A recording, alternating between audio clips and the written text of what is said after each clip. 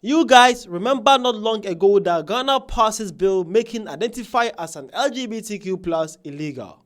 While a group of individuals sent the issue to the Supreme Court of Ghana believing that the decision from the parliament is a little bit harsh. While the President of Ghana, His Excellency Nana Addo Dankwa, also came addressing the people of Ghana saying until the judgment from the Supreme Court, he cannot really decide on the bill. Well, after the President of Ghana shared this take, the Speaker of Ghana's Parliament, Mr. Bauben, came out with some crazy response. See this. Quote, in the spirit of upholding the rule of law, unquote,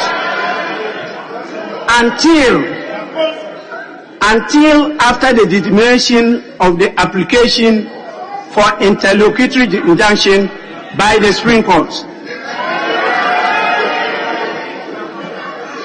Honorable members, this is the precedent that is being set by His Excellency the President for all Ghanaians to follow. So any matter that comes before Parliament, any Ghanaian can issue a writ and follow it with an application for injunction, and that is enough to injunct Parliament from proceeding with the consideration of the business in the House.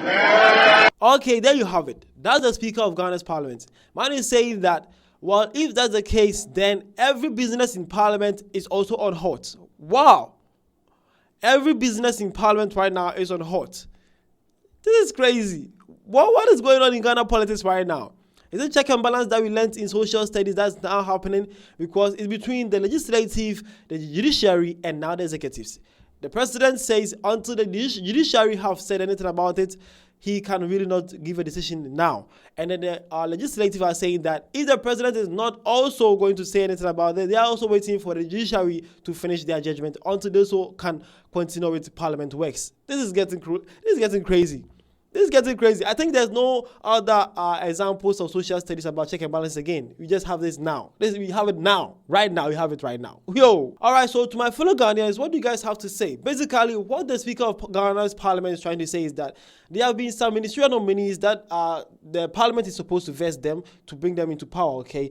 And this man is saying that until the President of Ghana have decided on the LGBTQ bill, the Anti LGBTQ bill, he also cannot vet these ministers. That means some Ghana's, let's say, ministerial role is going to be left behind, because if they don't approve to these ministers, some places are not going to function, okay? Some government working or some government sections are not going to work because these ministers are not going to be vetted by the Parliament, saying that until the President decides or until the Supreme Court decides on the LGBTQ bill, man is not going to continue the vetting of the ministers to work for Ghanaians. This is crazy. As a Ghanaian, what do you think? Do you think what the Speaker of Parliament doing is good? That he thinks that halting government work with letting all these ministers stay behind, wouldn't this cause Ghana a lot of things here? Because we need these ministers to start working immediately. Ghana is really going backwards and we need to start working.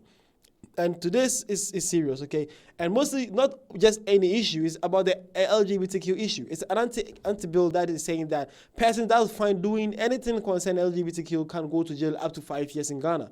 That's crazy and that's serious. And this person or this speaker is doing everything in his power to make sure that that comes into being. That's serious. That's serious, okay? Well, under the comment section of Ghanaians, when TV3 shared this news, that's one of Ghana's broadcast channel, TV3 Ghana shared this news saying that anti-gay bill, Parliament won't consider Akufo-Addo's ministerial nominees until after Supreme Court case is done by Speaker, okay? So that's it. That's what the TV3 Ghana just said. They say that Parliament won't consider Akufo-Addo's ministerial bill until after Supreme Court case is done. That's it. Okay. So under the comment section, when TV3 Ghana shared this post, let's see how some Ghanaians or some fellow Ghanaians think about this. Okay. Let's see. All right. So to our first comment, this is from Sir Richie. Man says it's wrong and unacceptable for the Speaker to suspend the approval of the nominees as they are to get to work quickly and work for Ghanaians. The Speaker must stop the needless power play. Yo, this is what bro thinks. Man thinks that the speaker is doing unnecessary power play because there should be no way that man should be really doing back and forth with the legislative and the judiciary over this issue, because he thinks that the LGBTQ may be important to them, but Ghana's minister needs to start working because the economy is hard for him, okay? It's too hot for him. Again, this person also came in and says, Mr. Speaker, your comment is a laziness approach. This is not boldness. The joke is getting too much. Government businesses to pass out in parliament, this LGBTQ bill will not put any bread on our tables as a nation. That's what both things. Man thinks that this whole LGBTQ buhaha will not really do anything better for Ghana's economy, because he thinks that Ghana actually is not going to get anything for this LGBTQ, that the parliament is seriously want to talk about it. What man thinks about right now is what he eats, okay? But come to think of it, the Ghana's president is really on a hot seat right now. If man them goes in for or against the bill right now, that's saying that he's not going to pass any anti-LGBTQ bill right now, he's going to lose a lot of votes from this election that's going to happen in 2025. Although he's not the main man again, but his party is going to really lose severely, because I can say a lot of Ghanaians don't really want this LGBTQ in their country. No, they don't want this in their society, okay?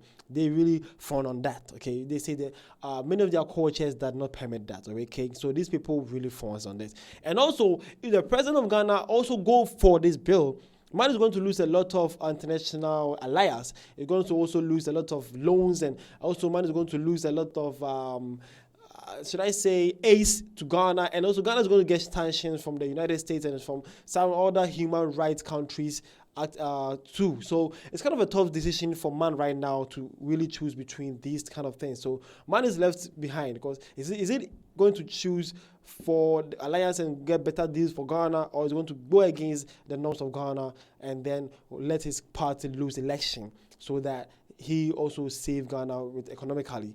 That's what it means. Or he will save the morale of Ghana and then lose economic alliance, and also Ghana to get into more hardship than we already are. This is where this hot seat the president is in right now, and it's not easy, bro. It's not that easy.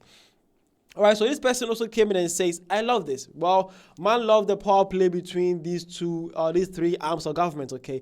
Bro love the power play here. He thinks that the legislative is doing their job, the check and balances is really working in Ghana democracy, and he thinks he loved that, okay? And lastly, this person also came in and says, this is what I've been expecting him to do to him.